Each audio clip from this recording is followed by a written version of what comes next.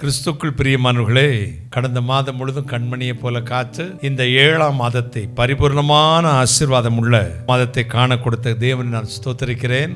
இந்த 1ஆம் தேதி உங்களை ஆசீர்வதிக்கும்படி நான் கர்த்தர் நோக்கி உங்களுக்காக பிரார்த்தனை செய்கிறேன். வானாதி வானங்களுக்கு மேலாய் தம்முடைய பரம சிங்காசனத்தில் விற்றிருக்கிற எங்கள் பரிசுத்தராகி இயேசு அப்பா, கருணை கடலே, மகாராஜனே, விடிவெள்ளி நட்சத்திரமே, கடந்த 6 மாதங்களும் கண்மணி போல காத்து இந்த 7வது மாதத்தை காண கொடுத்த கிருபைக்காக ஸ்தோத்திரம். இந்த புதிய மாதத்திலும் 7 பரிபூர்ணத்தை குறிக்கிறதப்பா.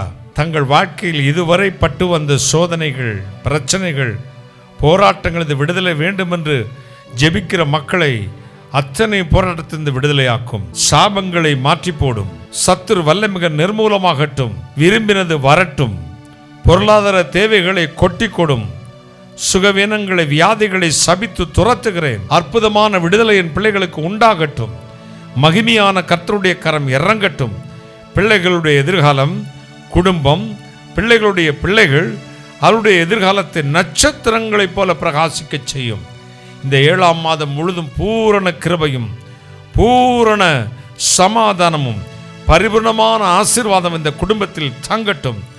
நான் ஜெபிக்கும் பொழுது என்னோடு இணைந்து ஜெபிக்கிற என் பிள்ளைகள் ஒவ்வொரு குடும்பத்தின் மீதும் கர்த்தருடைய ஆசீர்வாதம் பூரணமாய் தங்கி தரித்து நிலைத்திருக்கட்டும். சுவாமி, ஐயனே, என் நாமத்திலே நீங்கள் கேட்பதை தருவேன் என்று சொன்னீர். விசுவாசிக்கிறோம். உங்கள் சந்தோஷம் நிறைவாக இருக்கும்படி தருவேன் என்று சொன்னீர்.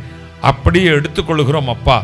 கர்த்தாவே, எல்லா பாடுகளையும் பலவீனங்களையும் உபத்திரவங்களையும் மாற்றி இந்த மாதம் முழுதும் பூர்ண சமாதானத்தை நிரப்பி, பரிபூர்ண கிருபை நான் நிரப்பி, அவர்கள் தொட்டதெல்லாம் துலங்கட்டும், செய்வதெல்லாம் வாய்க்கட்டும், கையிடும் எல்லா வேலைகளிலும் ஆசீர்வாதத்தை கட்டளையிடுவேன் சொன்னீரே, அப்படியே செய்யும்.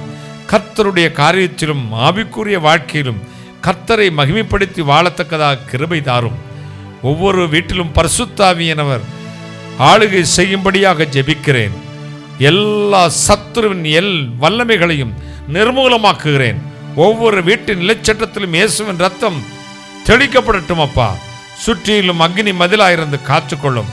புதிதாய் தொடங்க திட்டமிட்டிருக்கிற தொழில்கள், வேலைகள் எல்லாவற்றிலும் தேவனுடைய ஆசீர்வாதம் இருக்கட்டும்.